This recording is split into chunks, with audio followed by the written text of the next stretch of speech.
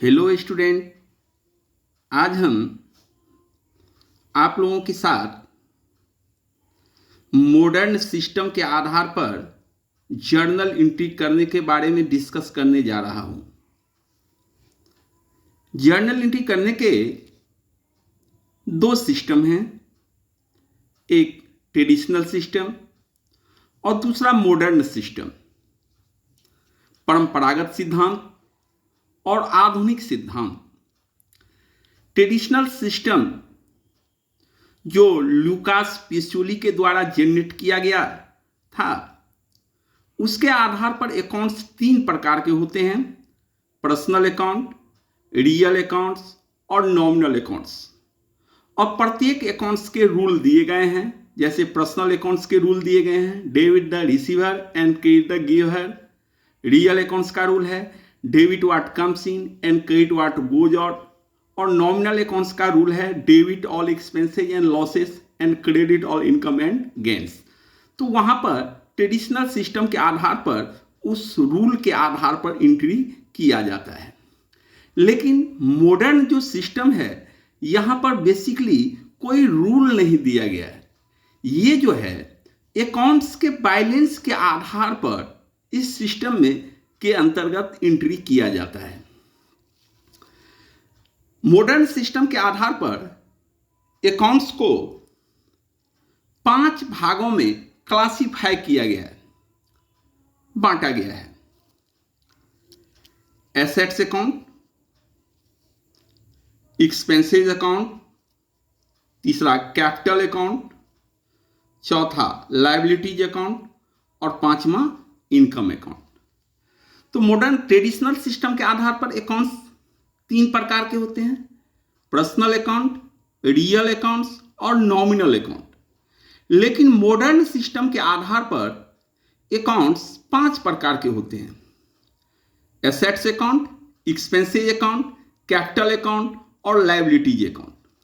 Modern system के आधार पर journal entry करने के लिए बेसिकली कोई रूल नहीं दिया गया है। ये जो है इस अकाउंट्स के बैलेंस के आधार पर इस सिस्टम के अंतर्गत जर्नल एंट्री किए जाते हैं। इसमें एसेट्स और एक्सपेंसेस का डेबिट बैलेंस होता है, कैपिटल, लायबिलिटी और इनकम के अकाउंट्स का क्रेडिट बैलेंस होता है। इसमें एसेट्स और एक्सपेंसेस के मध्य में जब वृद्धि होता है, मीन्स इंक्रीज होता है, तो उस दशा में इसे डेबिट कर दिया जाता है। और यदि एसेट्स और एक्सपेंसेस के मध्य में जब डिक्रीज करता है, कमी होता है, तो उस दशा में इसे क्रेडिट कर दिया जाता है। उसी तरह से कैपिटल, लायबिलिटी और इनकम के अकाउंट्स का क्रेडिट बैलेंस होता है। यदि कैपिटल, लायबिलिटी और इनकम के मध्य में यदि वृद्धि होता है, मीन्स इंक्रीज होता है, तो उस दशा में ये क्रेडिट बैलेंस होता है, इसको क्रेडिट कर देंगे। क्रेडिट बैलेंस होता है, यदि हम क्रेडिट कर देंगे तो ऑटोमेटिकली ये बढ़ जाएगा। और जब कैपिटल, लायबिलिटीज और इनकम के मध्य में जब डिक्रीज होता है, मीन्स कमी होती है, तो उस दशा में इसे डेबिट कर दिया जाता है। बस इसी कॉन्सेप्ट के आधार पर मॉडर्न सिस्टम के अंतर्गत ट्रांजैक्शन को जर्नल में रिकॉर्ड किया जाता है। हम आज मॉडर्न सिस्टम के आधार पर जर्नल एंट्री करना सीखेंगे। वीडियो को लास्ट तक देखिएगा और सारी बातें समझ में आ जाएगी। हम कुछ ट्रांजैक्शन को लेते हैं और उसका एंट्री करना सीखते हैं इस सिस्टम के आधार पर। जैसे 10,000 रुपये का मशीन खरीदा गया। Machinery purchased for cash ₹10,000। अब इसको हमें जर्नल में एंट्री करना है, रिकॉर्ड करना है। तो प्रत्येक ट्रांजैक्शंस जो होता है वो दो अकाउंट्स को इफेक्ट करता है। सबसे पहले हमको यहां देखना होता है ये जो ट्रांजैक्शन है किस किस अकाउंट से रिलेटेड है। तो इसमें एक अकाउंट इसमें आ गया मशीनरी और दूसरा अकाउंट इसमें कैश है। अब ये मशीनरी और कैश यहां देखना होगा, जितने भी ट्रांजैक्शन में जितने भी आइटम्स हैं उन सभी आइटम्स को 5 अकाउंट में डिवाइड कर दिया गया है। अब यहां एसेट्स, एक्सपेंसेस, कैपिटल, लायबिलिटी और इनकम का अर्थ जानना होगा। अगर ट्रेडिशनल सिस्टम के आधार पर जर्नल एंट्री करना जानते होंगे तो इन सारे मदों के बारे में भी जानते होंगे। ये डिटेल्स हम नेक्स्ट वीडियो में बताएंगे। आज हम यह बता रहे हैं कि मॉडर्न सिस्टम के आधार पर जर्नल एंट्री को कैसे रिकॉर्ड किया जाता है, जर्नल एंट्री कैसे की जाती है। तो यहां पर दो अकाउंट से इसमें इफेक्ट हो रहा है। मशीन हम खरीदे हैं तो मशीन हमारे पास आ रही है और कैश हमारे पास से जा रही है। मशीनरी एसेट्स है और कैश भी एसेट्स है। मशीनरी भी एसेट्स है और कैश भी एसेट्स है। मशीनरी जो है वह फिक्स्ड एसेट्स है और कैश करंट एसेट्स है।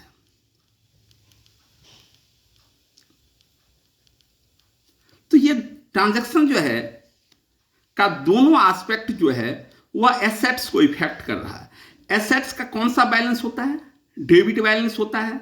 और क्या बताए थे कि जब एसेट्स या एक्सपेंसेस के मद में जब वृद्धि होगा तो उसको डेबिट करेंगे और जब कमी होगा तो उसको क्रेडिट करेंगे। तो यहां पर हम क्या देख रहे हैं कि मशीन हम खरीद रहे हैं तो मशीन में वृद्धि हो रही है और कैश में कमी हो रही है। तो जब वृद्धि होगा तो डेबिट करेंगे, यहां मशीनरी के अकाउंट्स को डेबिट करेंगे और फिक्स एसेट्स बढ़ रहा है और करंट एसेट्स क्या हो रहा है? घट रहा है। तो घट रहा है, कमी हो रहा है, तो उस दशा में इसे क्रेडिट करेंगे। तो जर्नल एंट्री जो है 3 लाइन में लिखा जाता है। जिसको डेबिट किया जाता है उसे फर्स्ट लाइन में लिखा जाता है। तो यहां डेबिट हमको मशीनरी अकाउंट को करना है, इसे हम फर्स्ट लाइन में लिखेंगे। तो मशीनरी अकाउंट डेबिट, और जिस अकाउंट्स को क्रेडिट किया जाता है उसे सेकंड लाइन में थोड़ा स्थान दाहिना हटाकर टू द्वारा लिखा जाता है। यहां हमको क्रेडिट करना है, कैश को क्रेडिट करना है, टू कैश अकाउंट। और थर्ड लाइन में एंट्री को स्पष्ट करने के लिए एक नरेशन लिख दिया जाता है। तो नरेशन लिखने के लिए बीइंग या फॉर शब्द का यूज किया जाता है। बीइंग का अर्थ हो जाता है, बी मीन्स होना होता है और होना वर्ब है, इसका अर्थ हो जाता है हो रहा है। तो यहां पर क्या हो रहा है? तो मशीन खरीदा जा रहा है, नरेशन लिख देंगे, मशीनरी परचेज्ड फॉर कैश। वैसे तो जर्नल एंट्री जो होता है ये फॉर्मेट में होता है, 5 कॉलम खींचा जाता है, लेकिन हम यहां पर वैसे समझाने के लिए बिना कॉलम का ही बता रहे हैं। ये 3 लाइन में एंट्री रिकॉर्ड किया जाता है। जिसको डेबिट किया जाता है फर्स्ट लाइन में, जिस अकाउंट्स को क्रेडिट किया जाता है उसे सेकेंड लाइन में थोड़ा स्थान दाहिना हटाकर टू द्वारा लिखा जाता है और थर्ड लाइन में नरेशन को लिखा जाता है। नेक्स्ट एंट्री को देखते हैं। दूसरा एंट्री देखें, जैसे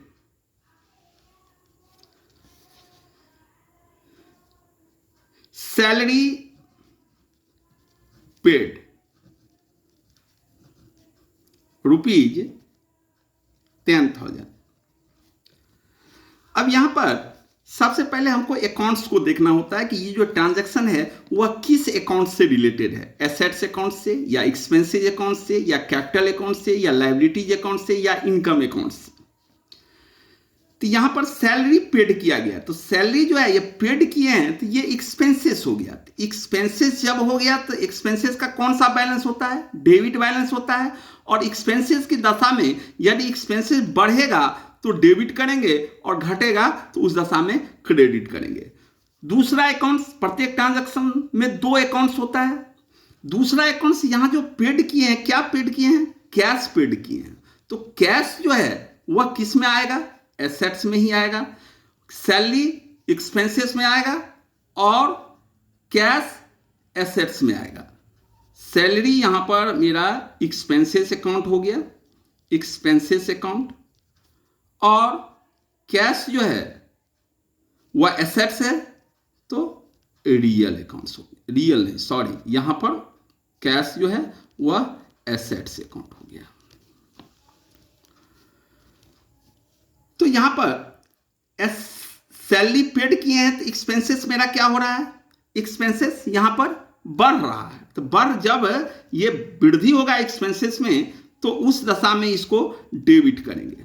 और दूसरा अकाउंट कैश पेड किया तो कैश एसेट्स है, तो कैश जब हम पेड करेंगे तो बिजनेस से कैश घटेगा, मींस एसेट्स क्या होगा, घटेगा, तो उस दशा में इसको क्रेडिट करेंगे। तो जिसको डेबिट करेंगे फर्स्ट लाइन में एंट्री कर दें, salary account debit to cash account being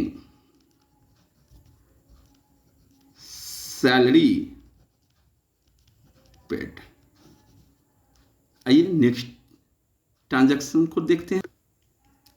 जैसे ट्रांजैक्शन दिया गया है Ram Mohan, transaction 3, Mohan started business with cash rupees 1 lakh.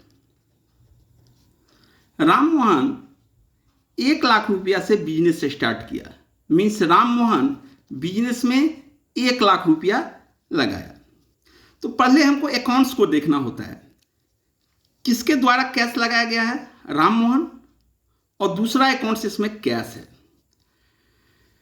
Ram Mohan जो है यहां ऑनर है, और ऑनर के लिए बिजनेस में 2 अकाउंट्स खोला जाता है, एक कैपिटल अकाउंट और दूसरा ड्रॉइंग्स अकाउंट। तो जब ऑनर के द्वारा बिजनेस में कैश या एसेट्स लगाया जाता है तो उसे कैपिटल कहा जाता है, वहां कैपिटल का अकाउंट ओपन होता है। और जब ऑनर के द्वारा बिजनेस से कैश या गुड्स अपने पर्सनल यूज के लिए, अपने डोमेस्टिक यूज के लिए, मीन्स अपने घरेलू यूज के लिए निकाला जाता है, उसको ड्राइंग्स कहा जाता है, वो ड्राइंग्स अकाउंट्स में रिकॉर्ड किया जाता है। तो यहाँ राम मोहन जो है बिजनेस में कैश लगा रहा है, तो राम मोहन का यहाँ पर कैपिटल अकाउंट में ये एंट्री होगा।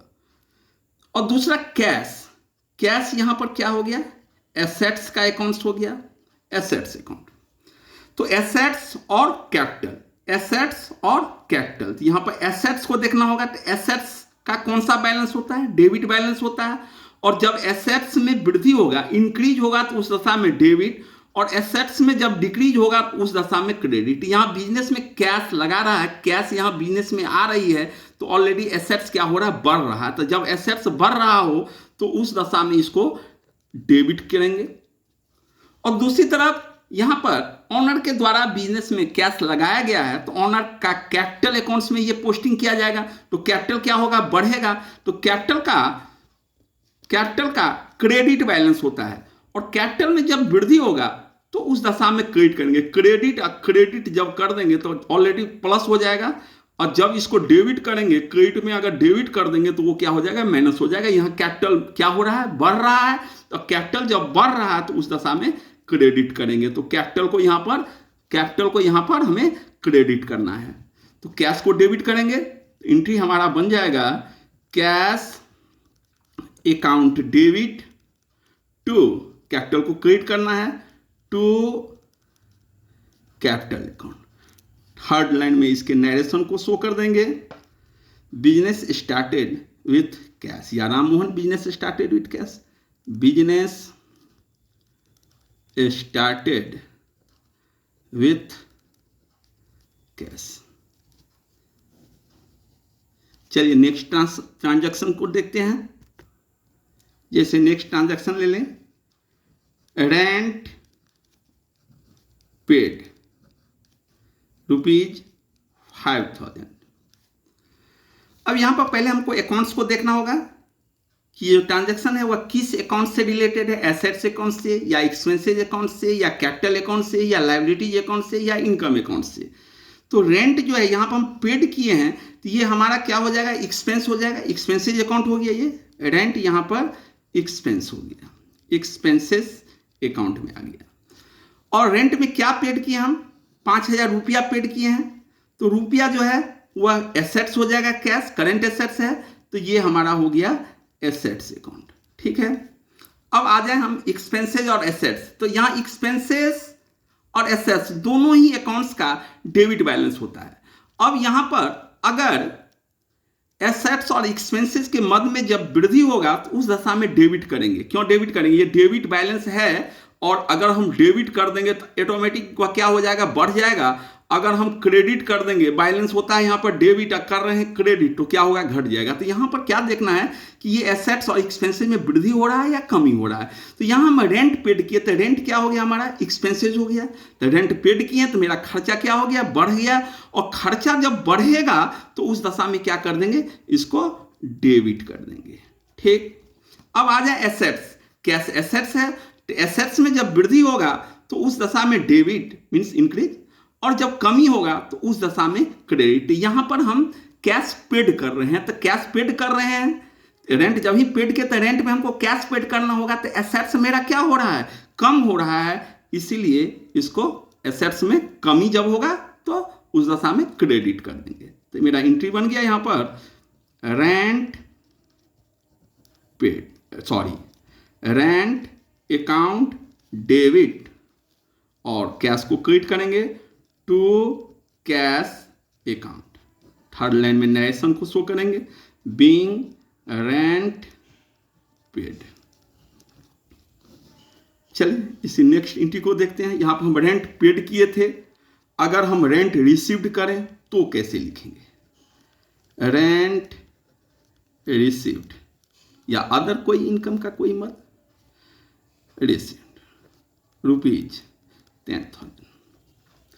तो यहां पहले हमको अकाउंट्स को देखना होगा। तो रेंट यहां हम रिसीव्ड कर रहे हैं, तो जब रेंट हम रिसीव्ड करेंगे तो वो मेरा क्या बन जाएगा, इनकम। तो ये यहां पर रेंट इनकम अकाउंट में आ जाएगा।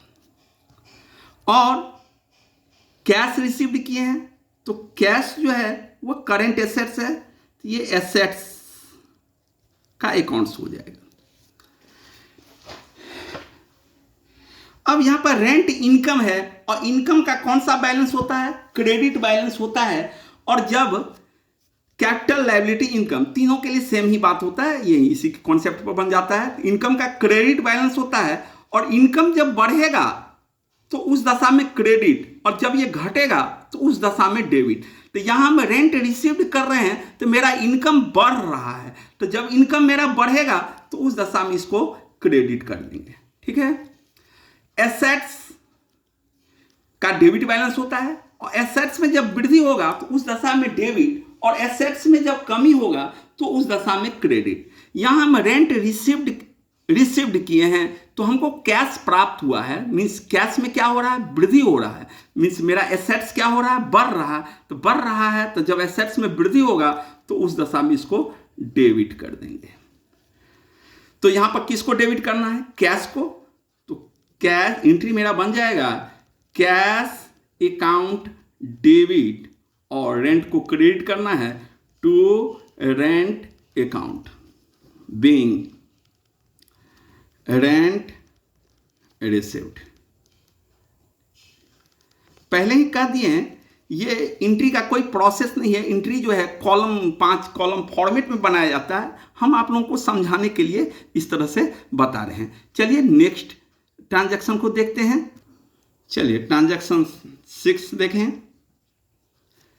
जैसे goods purchased for cash rupees 5,000, 5,000 रुपये का माल खरीदा गया है। तो पहले हमको यहाँ पर अकाउंट्स को देखना होगा। तो गुड्स जब हम परचेज करते हैं तो वो परचेज करने पर वहाँ परचेज अकाउंट्स ओपन होता है। क्योंकि गुड्स के अकाउंट्स को 4 अकाउंट्स में क्लासीफाई कर दिया गया है। जब गुड्स परचेज किया जाता है तो उस कंडीशन में परचेज अकाउंट्स ओपन होता है। जब गुड्स रिटर्न किया जाता है तो उस कंडीशन में गुड्स रिटर्न या सेल्स रिटर्न या रिटर्न आउटवर्ड अकाउंट खुलता है। और जब गुड्स सेल करते हैं तो सेल्स अकाउंट खोला जाता है। और जब बेचा गया माल रिटर्न आता है सेल्स, तो उस दशा में सेल्स रिटर्न या रिटर्न इनवर्ड अकाउंट्स खोला जाता है। तो यहाँ पर परचेज कर रहे हैं तो परचेज का अकाउंट्स होगा एक और दूसरा अकाउंट्स हो गया कैश। तो गुड्स जब हम परचेज करेंगे तो वहां पर हमारा क्या हो जाएगा, खर्चा। तो ये गुड्स कौन सा अकाउंट्स में आ जाएगा, एक्सपेंसेस अकाउंट में। और कैश हो गया एसेट्स अकाउंट। अब यहां पर कैश हो गया एसेट्स का अकाउंट और परचेज किए हैं गुड्स, तो परचेज जब करेंगे तो ये एक्सपेंसेज होगा। तो यहां पर एसेट्स का भी डेबिट बैलेंस होता है और एक्सपेंसेस का भी डेबिट बैलेंस होता है। इन दोनों मदों में यदि वृद्धि होगा तो डेबिट और कमी होगा तो क्रेडिट। तो यहां हम परचेज किए हैं तो खर्चा मेरा क्या हो रहा है, बढ़ रहा है। तो जब ये बढ़ेगा तो उस कंडीशन में इसको डेबिट कर देंगे, ठीक है। और कैश एसेट्स है, यहां पर हम गुड्स परचेज किए हैं तो ऑटोमेटिक कैश हम पेड किए हैं, तो कैश करेंट एसेट्स है। और जब कैश पेड करेंगे तो एसेट्स में क्या हो गया, कमी हो गया। तो जब कमी हो जाएगा तो उस दशा में इसको क्रेडिट करेंगे। तो मेरा एंट्री यहां बन जाएगा, purchase account debit to cash account being goods purchased for cash. आइए नेक्स्ट एंट्री को देखते हैं। नेक्स्ट एंट्री को देखेंगे 7, goods purchased from Ram on credit. Goods purchase from Ram on credit, Ram से उधार माल खरीदा गया। तो यहाँ पर फिर गुड्स हम परचेज कर रहे हैं। तो जब हम परचेज करेंगे तो हमारा यहाँ पर एंट्री जो है वह परचेज अकाउंट में होगा। और यहाँ क्रेडिट परचेज किए हैं, तो जब हम क्रेडिट परचेज करेंगे तो वह पैसा अभी हम पेड नहीं किए हैं तो ये हमको पेड करना होगा। तो ये मेरा यहाँ पर लायबिलिटीज हो जाएगा, लायबिलिटीज अकाउंट्स आ जाएगा। और परचेज जो है वह कौन सा अकाउंट्स में आ गया, एक्सपेंसेस अकाउंट में आ गया। अब यहां एक्सपेंसेस का डेबिट बैलेंस होता है और एक्सपेंसेस में के मद में जब वृद्धि होगा तो उस दशा में डेबिट और जब कमी होगा तो उस दशा में क्रेडिट करेंगे। तो यहां हम गुड्स परचेज किए हैं तो मेरा खर्चा क्या हो रहा है, खर्चा ऑटोमेटिक बढ़ रहा है। तो खर्चा जब बढ़ेगा तो उस दशा में डेबिट, तो यहां पर परचेज का अकाउंट्स जो है वह डेबिट हो जाएगा। और दूसरा, हम राम से गुड्स परचेज किए हैं, ये पैसा हमको फ्यूचर में पेड करना होगा। तो यह मेरा लायबिलिटीज हो गया। तो लायबिलिटीज हो गया, ये लायबिलिटी क्या हो रहा है, बढ़ रहा है। इसका क्रेडिट बैलेंस होता है और जब ये बढ़ेगा तो उस दशा में क्रेडिट, घटेगा तो डेबिट। यहाँ हम उधार परचेज किए हैं तो मेरा बढ़ रहा है, लायबिलिटीज बढ़ रहा है, तो उस दशा में इसको क्रेडिट करेंगे। तो ये एंट्री हो जाएगा मेरा, यहाँ परचेज को डेबिट करना है, purchase account debit to credit करना है। किसको पैसा देना होगा, राम को, to Ram's account being goods purchased from Ram on credit. Next entry को देखते हैं। Next entry, goods purchased from Mohan